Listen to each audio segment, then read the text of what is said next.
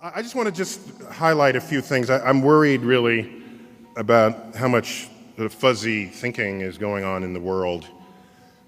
Fuzzy thinking, people just not thinking straight. I reflect on a time with my sister. My sister is younger than I'm 4 years older. I said, "So Lynn, where do you want to go have lunch today?" And she said, "Well, what are my choices?" And it was odd because I didn't realize until that moment that she was not yet capable of simply coming up with a fresh idea. Why? Because she'd spent her whole life taking multiple choice tests. So I ask a question, she wants choices in front of her to pick from. This would continue the whole life. And then I tested this with other people. People want choices. And I realized maybe it's hard to just think originally and come up with a fresh thought that the person who's offering the question hadn't thought up yet. Because I think somehow in our society we're hell-bent on the answer, the right answer. Because when it's the right answer, it's the right answer. And when it's the wrong answer, it's not the right answer.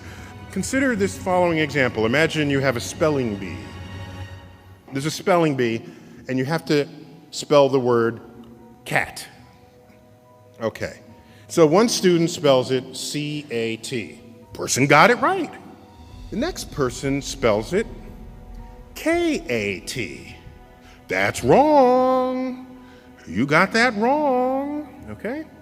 Third person spells it X-Q-W. Do you realize that is marked equally as wrong with the K-A-T? When you could argue that K-A-T is a better spelling for cat than C-A-T. Dictionaries know this because that's how they spell it phonetically. And so we've built a system for ourselves where there's an answer and everything else is not the answer, even when some answers are better than others. So our brains are absent the wiring capable of coming up with an original thought, or thought not previously considered, or thought between the ideas that are already laid on the table. What we're not valuing is knowledge as process, rather than knowledge as an answer. If you're an employer and two candidates come up looking for a job, and you're interviewing the two candidates, and you say, as for part of this interview, I just want to ask you, what's the height of the spire on this building that we're in?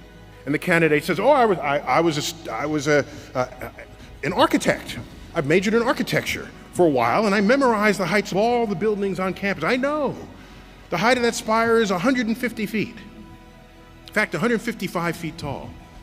Okay, turns out that's the right answer. That's the right answer. And the person came up with it in seconds. That person goes away, the next candidate walks in. "Do you know the height of the spire on this building?" The candidate says, "No, but I'll be right back." Person runs outside, measures the length of the shadow of that spire on the ground, measures the length of her own shadow, ratios the height to the shadows, comes up with a number. Runs back inside, it's about 150 feet. Who are you going to hire? I'm hiring the person who figured it out, even though it took that person longer, even though the person's answer is not as precise. I'm hiring that person because that person knows how to use the mind in a way not previously engaged. You realize when you know how to think, it empowers you far beyond those who know only what to think.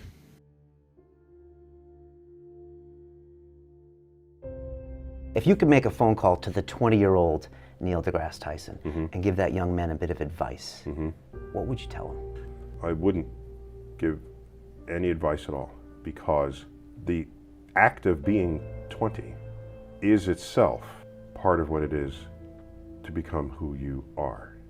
If you start siphoning information from the future, the act of having learned it firsthand by experiencing it is what made me the person who would put me in a position to call the 20-year-old and say, "Here's the advice."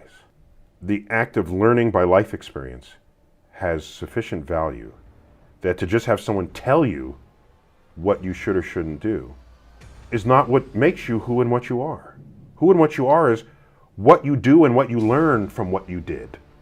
Yeah, you can tell somebody something, but if they don't think it's true, it'll fall on deaf ears. Let them find out. The act of finding out is the lesson, not the lesson itself.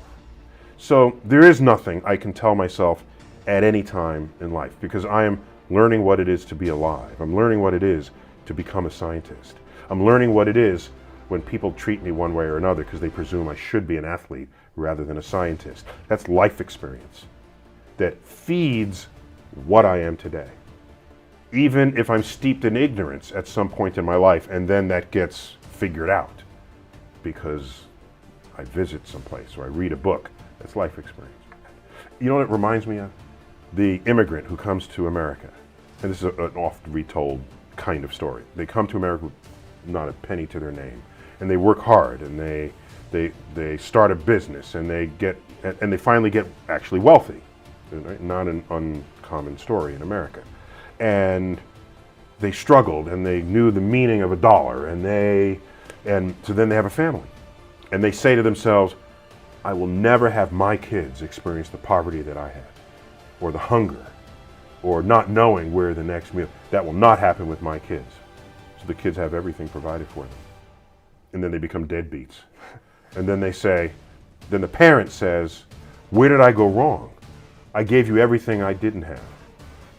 It's the fact that you started with nothing gave you the work ethic to become who you are. So to turn around and say, now I'm going to change all that for my kids? Of course, you don't want your kids to go hungry so that they become somebody like you. But just don't presume that your latter-day knowledge, your latter-day wealth, if introduced into a next generation as advice or as a handout, will create the person that you are.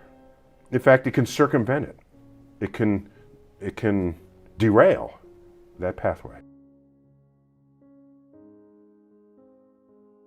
Many people look for meaning in life, as though it's going to be under a rock or behind a tree. Oh, there's my meaning. And I'm thinking to myself, you have more power than that. You have the power to create meaning in your life, rather than passively look for it. So for me, I create the meaning. And meaning to me is, do I know more about the world today than I did yesterday? That enhances meaning for me. And if that accumulates and accrues daily, in a month you know way more than you did than just that day later, so that you continue to grow. Have I, by whatever powers I have available to me, have I lessened the suffering of others? And I don't mean have I devoted the whole day to doing that, then I would be ignoring myself. But if there's some small gesture that I can do that can completely add value to someone's life, I'm going to do it. Because the leveraging of 10 minutes of my life into the happiness or enlightenment or the reduced suffering of someone else, I'd be irresponsible if I did not. No one ever told me that I had to search for meaning in life to begin with. So that was never even a part of me. It was, I got my life, this is who and what I am, this is what I did in school, these are my dreams, ambitions. How do I create meaning in my life as I go forward? My first question of me wasn't, where do I find meaning? It was, how do I create meaning? And that started early teens. Yeah, I have an unorthodox approach to what we did with our kids. I wanted to make sure that, however they were raised, that they retained the curiosity of childhood into adulthood. That implies that you have to do a lot of work to make it happen, when in fact, you'd be surprised how much work you put in to squash it. Okay, let's say there's a little toddler walking here, okay, crawling on the ground. It comes up and they start grabbing this. What's the first thing? Say, no, don't touch that. This was an experiment waiting to happen that you just squashed. This is a cup. It has water in it, okay? This is breakable. The kid doesn't know that. They want to experiment. So they'll grab it, it'll fall, it'll break, water will spill all over. That was an experiment you just prevented. You don't have kids with the intent of retaining a clean house. These are non-commensurate goals, okay? Kids are sources of chaos and disorder.